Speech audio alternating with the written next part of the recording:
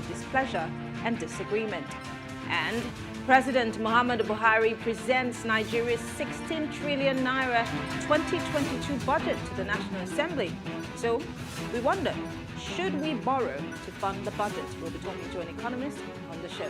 This is Plus Politics, and I am Mary Ann, host.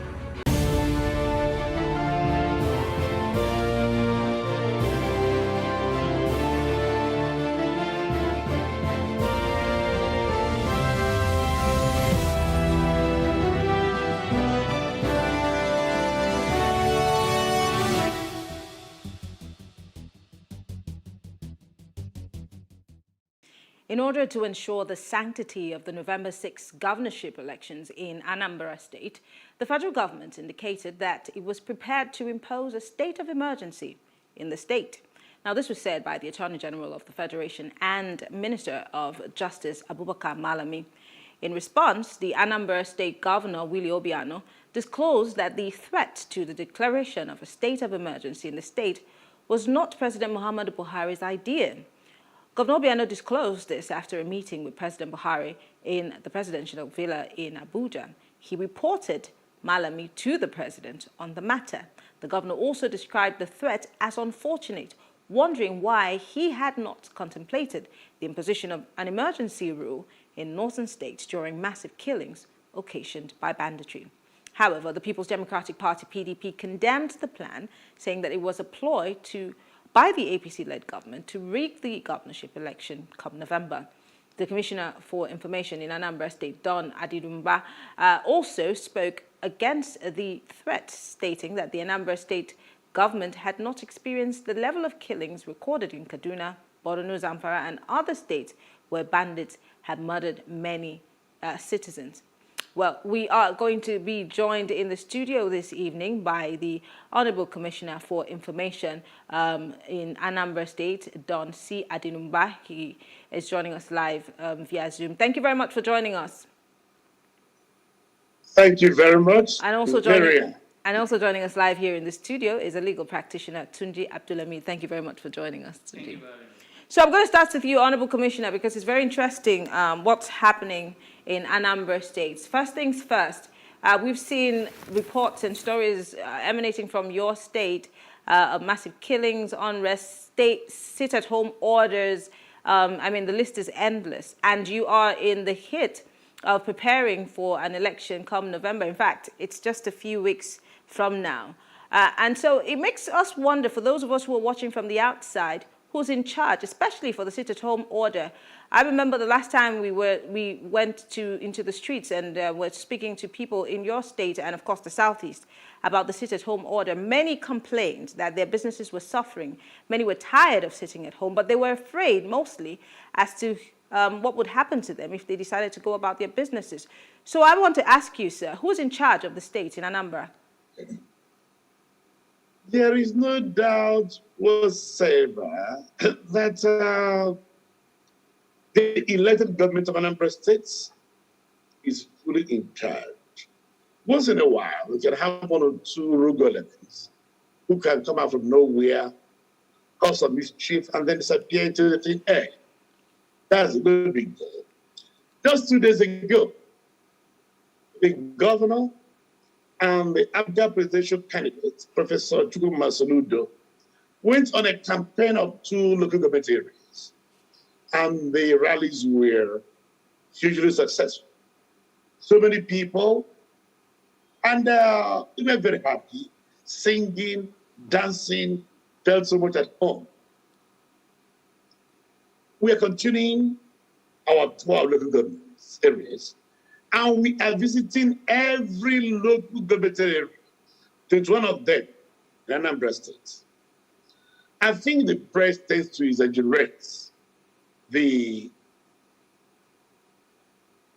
level of violence in our environment currently. One, it's no more than 2 weeks to start with. Secondly, businesses are still running. Churches are full every day. All our markets are on. No disturbance, not even security men in any of the markets.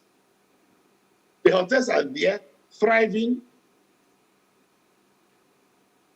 Only once in a while, somebody comes, does some mischief, and escapes. And for your information, by the way, you don't have mass killings in Anambra State. No. We have recorded 12 casualties in the last 2 weeks. And the casualties include, very unfortunately, a most revered son of Anambra State, Dr. Chike Akudike, the husband of the legendary former Director General of NAFDAC, Dora Akudike. Okay, a doctor has also been killed. These are the two high-profile cases. But I do know that in a place like Plateau State, as many as 18 in one night, Zamfara, over 34, Kaduna, about the same figure, but Zamfara sometimes 50 in one night. We have had only 12 in 2 weeks in Anambra State. And I can tell you in the next few days, everything will come to an end. Well, I'm more curious. I'm so sorry to talk over you. I'm more curious, and I don't want us in any way in the course of this conversation to make light of the number of people who have been casualties, whether it be one or two. Value is placed upon every life that is lost. Absolutely. But yeah. I'm more curious to understand why all of a sudden Anambra is facing what it is facing. I'm more curious because your government is in charge, like you said from the beginning. So we want to know, what do you think, as a spokesperson for the government, is responsible for this recent unrest or uprising? And you said that recently you and your governor, the party, have been campaigning in 2 local governments. But we also have been made to understand that some of those campaigns were obstructed by gunmen. No, it's not possible. It was reported that in Anambra, and it was not just your campaigns. No, it's not possible. No, we are sorry, Anambra State. Please, I don't understand who gave you the report. We went to Anambra East local government area. We went to Anambra West local government area. Absolutely peaceful. We have not stopped for a moment. We are continuing. So you have even the day, no. I've told you, we are fully in charge. Just once in a while, some rascal, some criminal strikes from nowhere and disappears into thin air. That has been the situation. You cannot compare what happened in Anambra with even APC-controlled states in the southeast.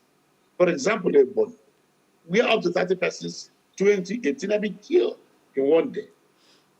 In Imo State, well done. So, and nobody is thinking of having sort of emergency in any of these states. Even in APC-controlled states, like Niger State, a military aircrafts on a mission have been brought down. In Borno State, APC-controlled setback. Nobody is thinking of a state of emergency in any of these places. Rather, elections have been held, and they were successful, and they were peaceful, and they were transparent. I want to move on from that. But you're asking, why all of a sudden? Yes. We're having this problem in Anambra State. You can guess the answer. You know it. It is evident to us that the killings were organized. By whom? Politically motivated people. The events of the last few days tell us the direction they were coming from. We are compiling evidence. Once we have enough to prosecute successfully in courts, we do just that. We go after those people one by one.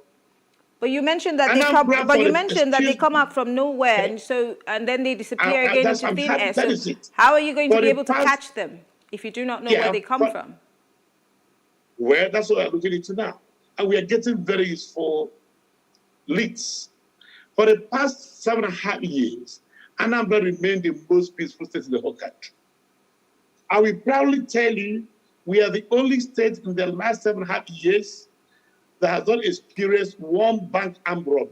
One bank armed robbery. Despite having the biggest markets in the whole of West Africa. open markets where people trade in raw cash. That's how peaceful Anambra has been. Not one single incident of kidnapping in the last 1 year, for example. I don't know if there is any other state that has that record. And all of a sudden, from nowhere, innocent people are being shot. This is only one in a series of measures taken to impose themselves on the leadership of Anambra State. Having failed to discourage people from coming out to attend rallies, they're now thinking of emergency rule. Very simple. The same people who did everything possible to stop Professor Soludo from flying the Abda flag, they went to the extent of going to Birnin Kudu in Jigawa State, 20 kilometers to the Niger Republic. Sorry. And with the party leadership being aware of it, they got their kangaroo judgment, which I'm glad to announce that the Court of Appeal sitting in Kano has, of course, discarded. So, but let me ask you, you think it's sheer coincidence that in the last 5 months, Anambra State has had 5 commissioners of police? I repeat, in the last 5 months, 5 commissioners of police. Can you be that ready? You will come to Anambra State as a commissioner of police. Before you could know your left from your right, you're asked to go. Another person comes. Does that make for stability? Does that make for proper police? So I want to put this last question to you before we talk about the state of emergency and its implications. Yes. So you're insinuating, or you're trying to point us in a direction. You're saying that all of the unrest, the killings in Anambra State are perpetrated by your political opponents. And when you say political opponent, it means that it could be the PDP, it could be the APC. Is that what you're saying? And again, it's a two-pronged question. Why would the people in those parties want to kill the husband of a former NAFDAC head in this country, or try to disrupt, the political setting in the state, if they're also going to have to benefit from it? Because if there's a state of emergency in the state, it affects everybody. Please help us to understand this. You have seen people seeking a state of emergency gratuitously. You can only have a state of emergency when there is an extraordinary situation, when there is a total breakdown of law and order, or when Nigeria is at war, or such a grave circumstance, which is not what they have in Anambra State today. People are going about doing a normal business. We are going about having our own rallies with huge numbers of people, huge crowds everywhere. Petrol stations run 24 hours throughout the night, throughout the day in Anambra State. So where does this thing come from? I am glad that the President of the Federal Republic of Nigeria has dissociated himself from this move. Okay. Just one person is having a brainwave, not the Federal Republic of Nigeria, not the administration of President Muhammadu. One government. Let me abusing his office. Let me engage the lawyer in the studio, because we want to talk about the legality of the AGF mulling over the idea of a state of emergency in Anambra State. I mean, I listened to one of our reporters who spoke, who said they were at in Abuja after his meeting, the governor's meeting with Mr. President, and the president said that he had no idea about this declaration. So let's talk about the AGF making this statement, and let's break down what the state of emergency is and what would even predicate it in the first instance. I think it's unfortunate that the Attorney General is making that such statement. As far as I'm concerned, it's just eating up the politics, because it's unnecessary at this level to call for a state of emergency in Anambra State. What has happened in Anambra State is not even half of what has happened Zamfara, Kaduna, and some other states in the north. And in that circumstance, I don't see a reason why a state of emergency should be declared in that in Anambra State. And to me, again, I also feel consideration of declaration of state of emergency in any state of the Federation in Nigeria as an indictment on the federal government. How so? Yeah, because if you look at our structure, the security architecture of the country is basically in the hand of the president. In other words, it is commander-in-chief of armed forces. It controls all the apparatus of the security in the country. In other words, you cannot deal with the IGP. The commissioner of police in the state must take order from the IGP, and IGP is responsible, is accountable to the president. So indirectly, it is his responsibility to provide security. So if you are declaring state of emergency because there is no security in the state, you are saying you have failed in your responsibility to provide security in that part of the state. And we're very quick to say declare a state of emergency on healthcare, declare a state of emergency on this and that. But do we really know what a state of emergency is? That's why we have you as a lawyer in the studio. What are the implications? What is a state of emergency? What are the key components? Emergency. In other words, for the president has the power to make declaration of a proclamation of a state of emergency. So the Constitution clearly says the president has the power, not the Attorney General, he has the power. Not the Vice President, not the Speaker of the House. No, it's the President, the responsibility of the President. But the Attorney General, being the legal officer of the country, has a duty to advise the President on that aspect. But so does he have the right to make that If the President wants to do that, the President has to make recourse to him. That's an internal arrangement to seek his advice as to how to go about it. But does he have the right to make that declaration as the Attorney General of the Federation? No, he doesn't have it. He can't declare it. It was just, if you look at his statement, that statement can be interpreted in two-fold, for me.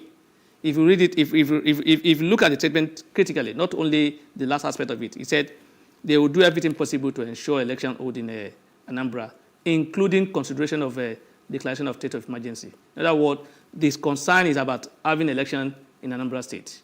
And if you look at that section 3052, section 3, when you say you are declaring state of emergency in a state, you are saying you want to use extraordinary measure to ensure peace and order if there is no peace and order in that state.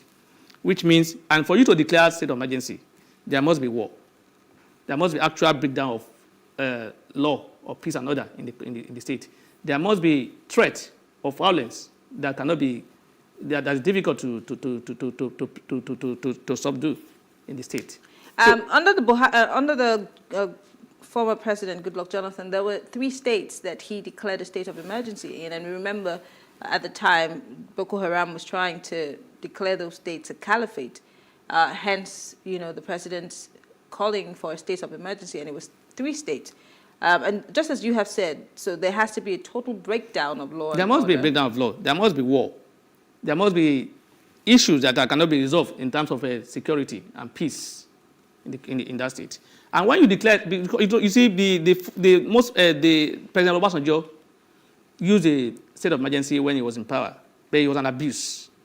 Because there's nothing in that constitution that says when you are imposing a state of emergency in a state, the governor should be sent packing. There's nothing in that constitution. What the constitution is saying that you can apply extraordinary measure. In other words, what we have been doing in this country before. Couldn't that have been also considered as an extraordinary? No, that's not an extraordinary. I'm just asking a question. Being anticipated by the constitution. It's not democratic. There is no power. No president has the power to remove any governor. So that cannot be an extraordinary measure. Because you see, when you say extraordinary measure here now, we were used to deployment of a military.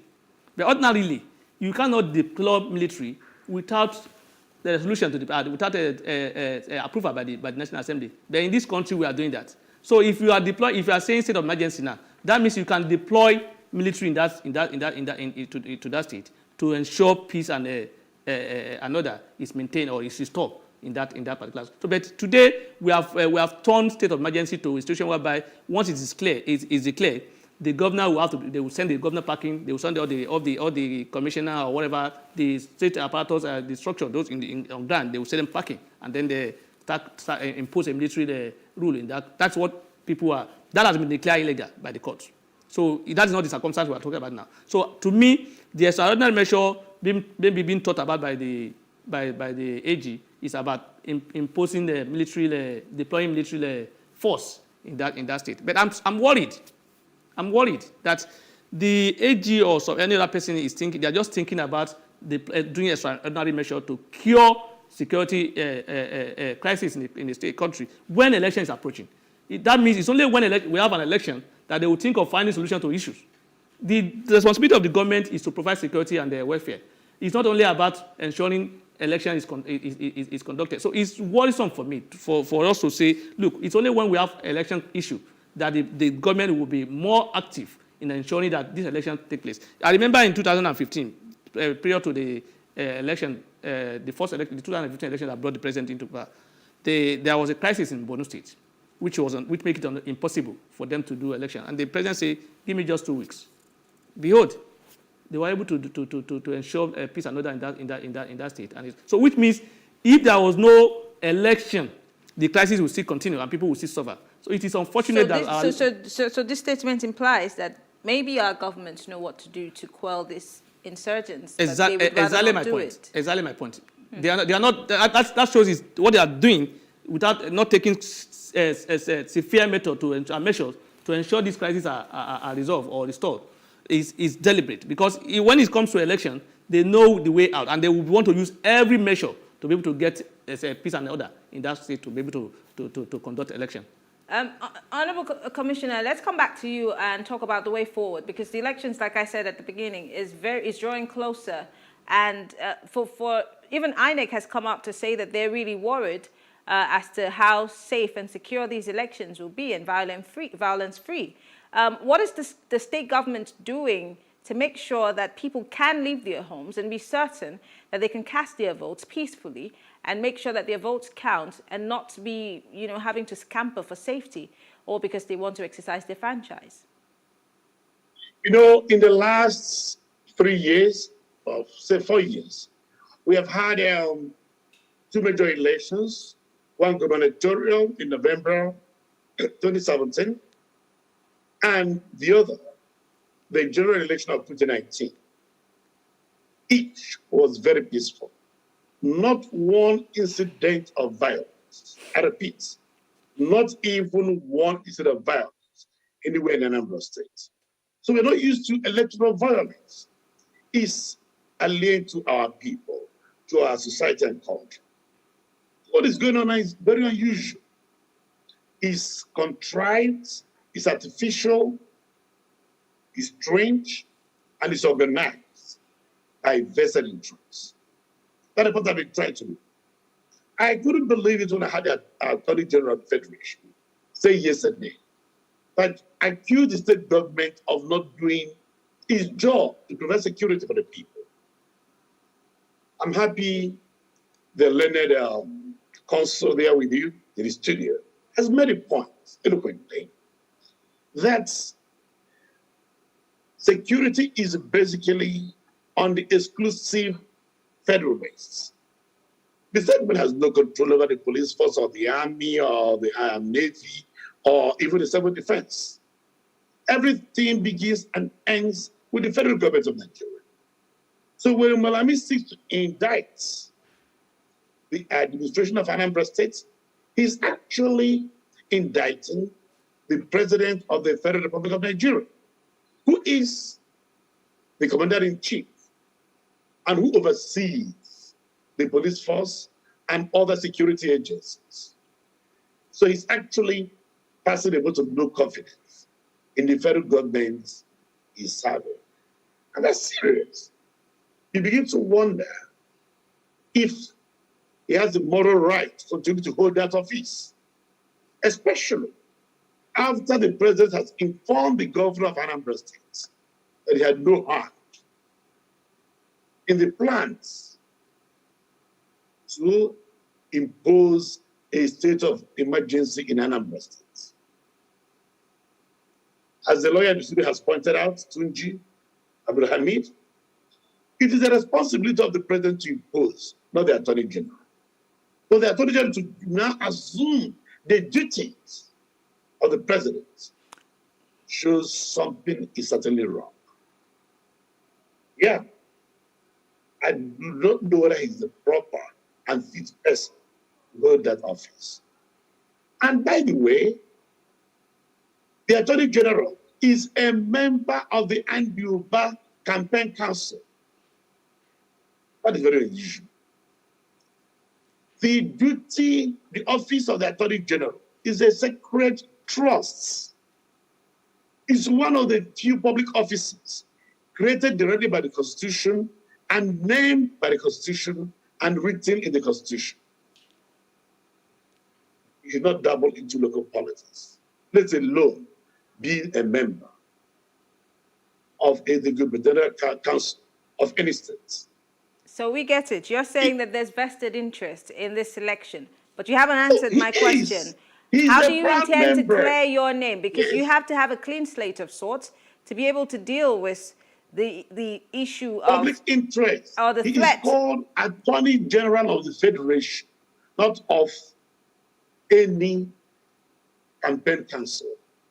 And he is number one in the lists of members of Anduba Gubernatorial Council. You can see why he's abused his office. How does the state government intend to make the state safe enough for elections to happen and without any doubt, any iota of doubt? I do not want to disclose to you. A lot of things but will that be the case? Can we say that in the next few weeks, Anambra is going to experience some sort of peace and calm, and we will not be having to read from the pages of our papers that there's one more upsurge or killing here and there? Yes. You know very well that our governor has the reputation of being the most security conscious governor in Nigeria's history and has been rewarded so many times for his commitments to peace and safety. We are very proud of that record we hold, and we have held it for the past 7.5 years. So these organized kidnappings, the organized violence, will come to an end in not more. We're going to check it considerably in not more than 1 week from now. And may I also reveal that part of the reason why the governor had to go to Abuja to the president was to discuss the security of the states. As I've told you, a situation where the federal government changes the commissioner of police every month is unacceptable. Okay. For the past 5 months, we have had 5 commissioners of police. Would you like that? Well, we have to go. I know that our time is up, but I want to say thank you. Donald Adinumba is the Honorable Commissioner for Information in Anambra State. Thank you for speaking with us. My name is C. Don Adinumba, not Don C. Adinumba. Oh, C. Don Adinumba. Okay. C. Don Adinumba, not Don C. No, that's a different name, not my name. All right. Thank you very much for speaking with us. We appreciate it. My pleasure. Of course, Tunji Abdulhamid is a legal practitioner. Thank you so much, Tunji, for helping us to understand the situation. Thank you very much. All right. Well, thank you all for staying with us. We'll take a short break now. When we return, the newly proposed 2022 budget, we're going to be talking about it. And of course, the question is, how much should Nigeria borrow in 2022 to fund it? And we'll be back to talk more.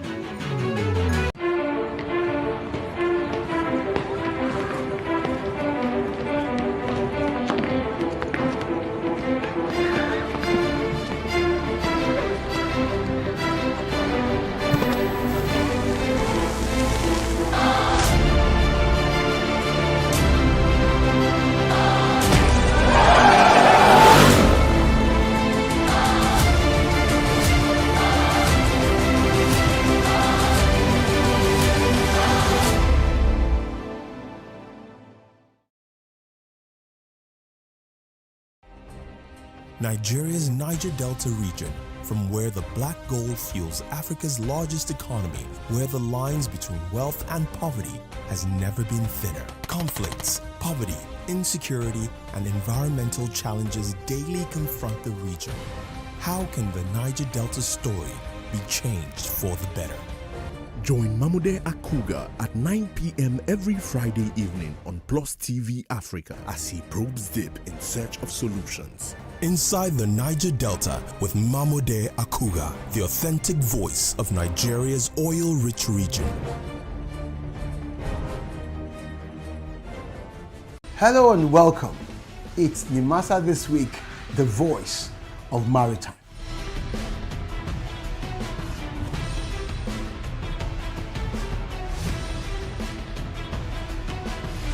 Nimasa This Week is brought to you by the Nigerian Maritime Administration and Safety Agency. Statutorily mandated to ensure that there is regulation and promotion of matters affecting our waters.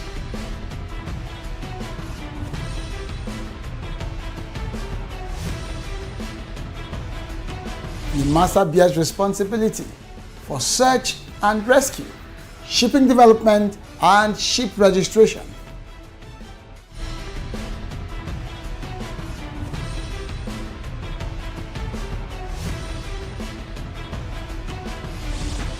Nimasa This Week, the voice of maritime, showing on this channel.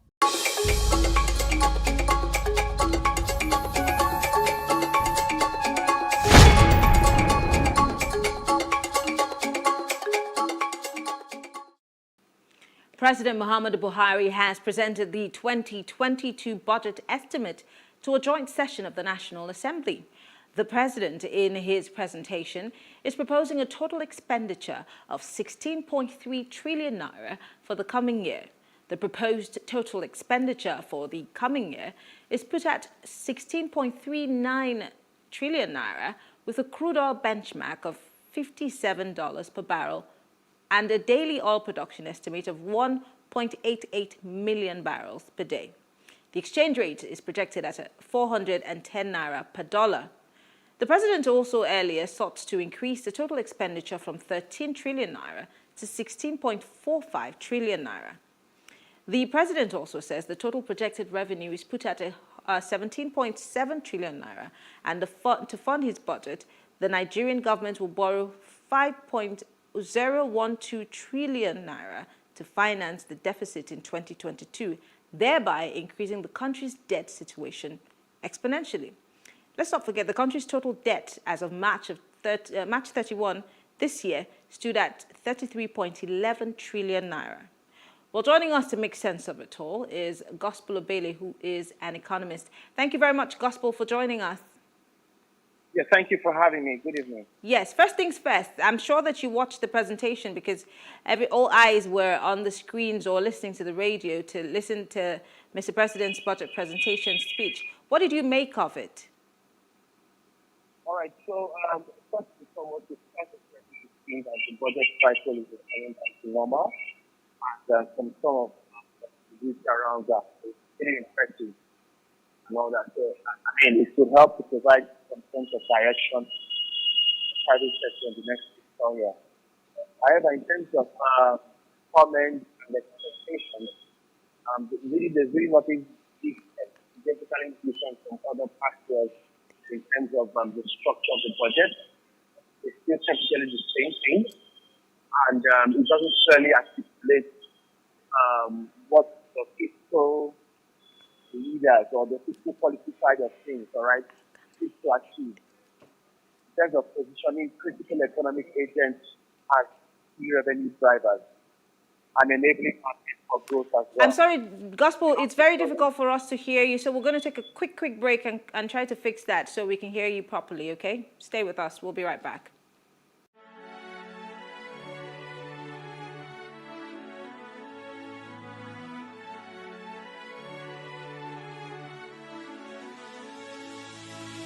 It is engagement we need to have. Those who suffer miscarriages are never taken into account. Members of the National Assembly are also influence peddlers. You are sitting on Nigerians' money.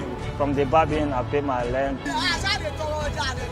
On the barbing, I send my children to school. A consultative engagement. No any tangible notification before they ban us. It's one thing for people to be at your back and the heat of the moment, and another thing for them to still be with you when push comes to shove. I will do everything to take Lagos out of the national grid.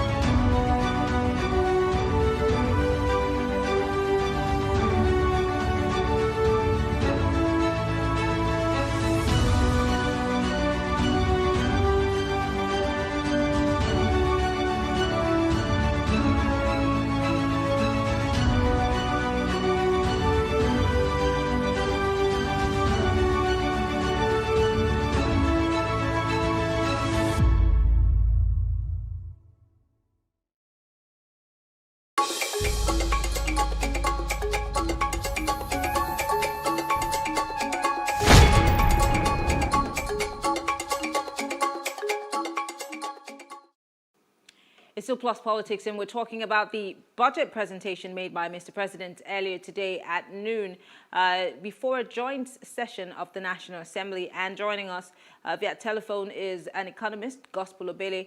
Apologies for the connection issues, but Gospel, you were trying to explain to us what you felt about the presentation by Mr. President. Thank you. Sorry. Yeah, Gospel, can you hear me? Thank you. Yeah, I can hear you.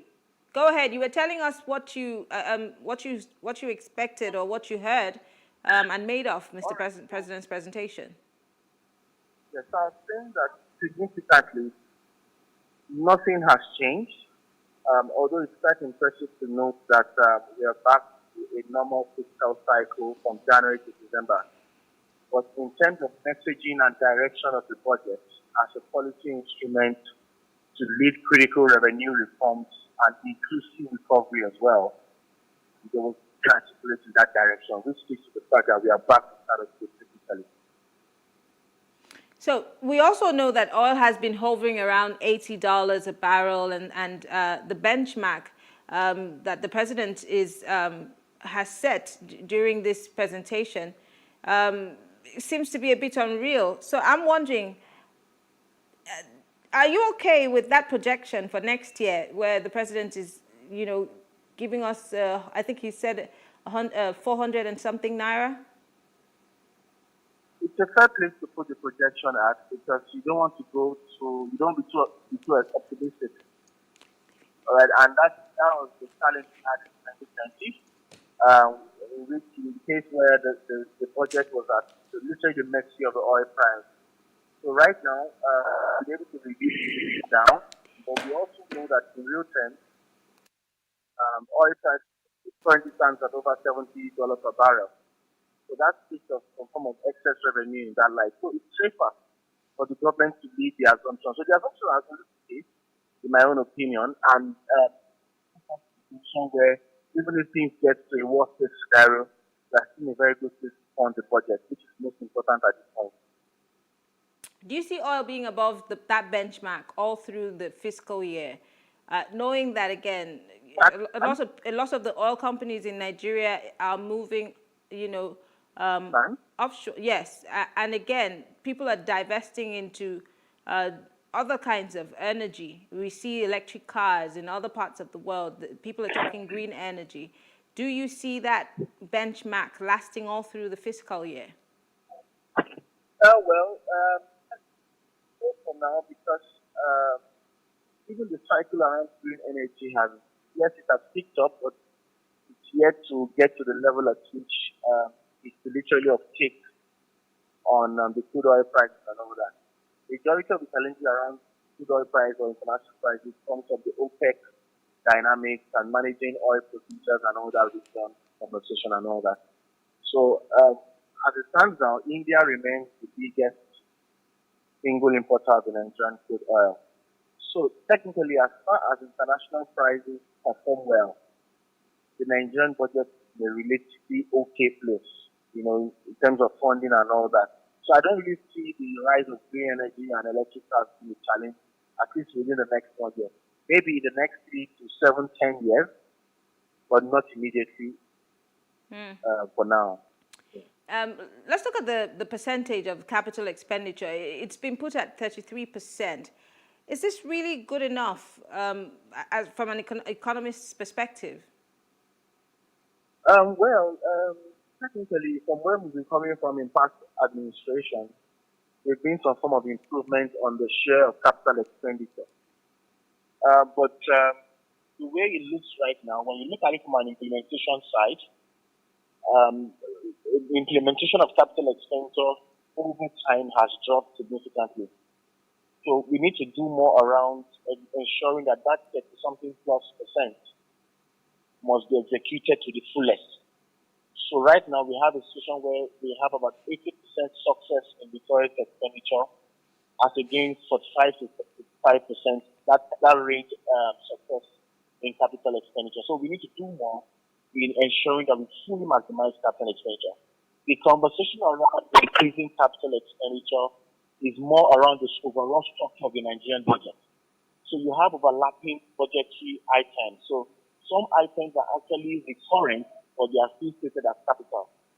Some items are capital, but they are stated as recurrent. So even our budgetary design needs to go through an overhauling in the sense. But that's a conversation for another day, right? Being the fact that capital spread is increasing, the focus more should be around executing and implementing as high as the current expenditure in the first place. Now, the total federally collectible revenue for 2022 is estimated at 17.7 trillion naira. Now, according to President Buhari, I suppose this includes projected value-added tax. I mean, what could go wrong if the state wins this battle of VAT? You know that that's also a matter on the ground. What else could go wrong? The VAT battle, it will impact on government finance and revenue, because that would mean that VAT would not be collected at the center any longer. And government needs to find intelligent ways to work around revenue, finance, and all that. Secondly, the reason why FRS include VAT collection is exclusively. So, which would mean that would, like constitutional structure, that would empower the state from that argument or from that right to access. But should the state win that battle, that would really hamper revenue forecast and anticipation for the 2023 budget. And then on the flip side, empower state budget financing in the sense. So it's a give or take, win or lose situation. Let's talk deficit. 6.226 trillion naira. That's huge. Now, how much of a problem could this be? In terms of budget deficit? Yes. Okay, so technically, budget deficits are not bad. And for any nation that is developing, we should expect more or widening deficit gaps in the sense. Because technically, you are in that developing phase. But if you look at the structure of the budget, you have more on the recurrent end at the capital end. So it defeats the rational ideology around why you should have an increasing deficit. So meaning that you're technically financing recurrent expenditure with that increased budget expenditure over the years. But so to say that budget deficits are not bad. What's most important now is what we use those monies for. So it's necessary that government must cut down with and seek to fully implement capital expenditure to at least 75 to 80%, right? As high as the goal of recurrent expenditure. So that should be the focus, because some things cannot be changed, at least in the short term, because these are structural issues. And these are conversations around deficit financing, the remote debts and all of that. So deficits are not bad. It's where those deficits are channeled into that cause for worry and some form of pain on the economy over the medium long term. So we need to ensure that deficit financing is deployed correctly into the investment/capital position of the budget, not the recurrent. That's going to make sense to this time. Let's talk about the projected GDP growth, the growth rate of 4.2%. How realistic is this? Again, the president said the 2022 budget would be the first in our history where MDAs were clearly advised on gender-responsive budgeting.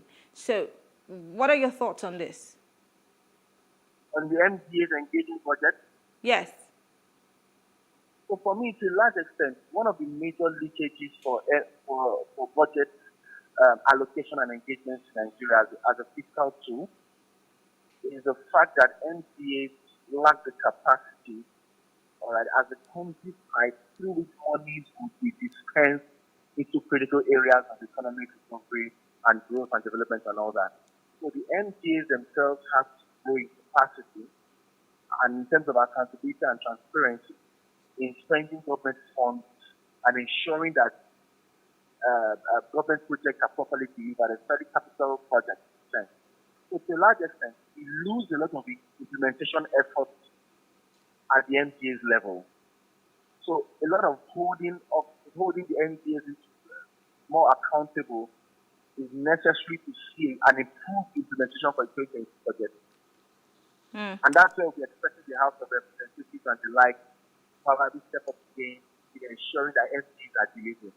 All right. A lot of times, I mean, like people say that a team is a ticket link. A lot of things are literally like a ticket link when you have a weakness in defense. So in this context of budgetary allocation and spending, MDAs are said to be the weakest links. So until MDAs are held more responsible, capacity among these institutions are increased over time, all right, and all of that, not necessarily to improve implementation of the budget over a period of time. So we need more work at the MDA level, to deliver. Finally, because I'm going to let you go now, that many Nigerians have expressed, worry as to the borrowing to fund the budget and the where already the threshold where we already are in terms of our budget, our debt. And let's not also forget that we're still servicing these debts and we're still taking these loans, even though the finance minister has said that, well, I mean, we're still within reason. It's not above board in any way. What are your thoughts quickly? So first of all, it's very important to note that it's increasing with the way Nigeria is going. We need to spend more, all right, for the necessary investment to take on. So that would mean that deficit financing would be at the top of this conversation. So they are not necessarily bad. Debts are also not necessarily bad. Even the most advanced countries have higher debt ratios than Nigeria. All right, it's what these monies are being used for at the end of the day that costs for. Needs to do more in terms of being more responsible around capital expenditure, particularly. For those are the areas through which investments can come back into the economy for us to be able to repay these debts, all right, and secure growth and development in the long term.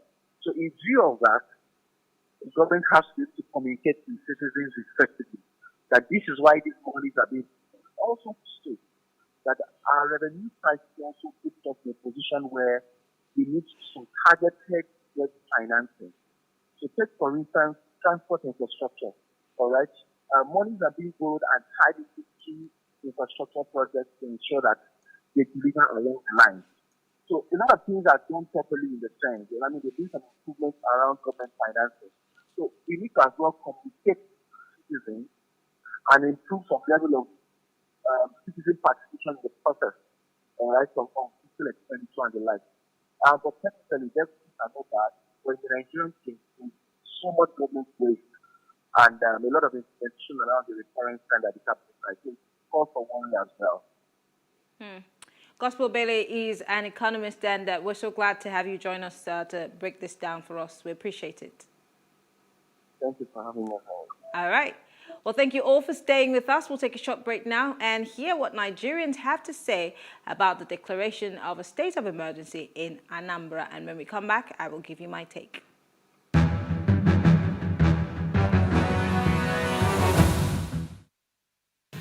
I think it's very important at the moment if that is going to bring calmness into the environment.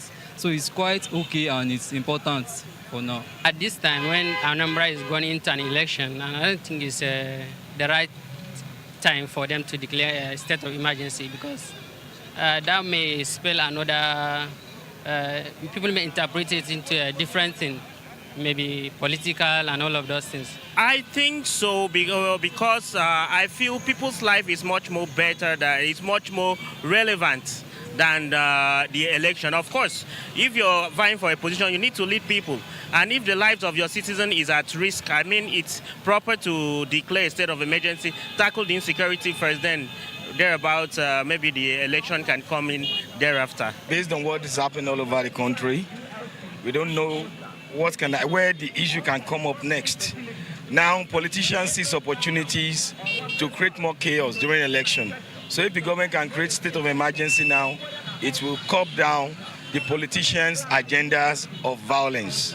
So later, they can come to a dialogue with the government to say, okay, we'll sign it. Maybe we have a kind of agreement not to do this, not to do that, so that the government can approve the election to go on and cancel the state of emergency.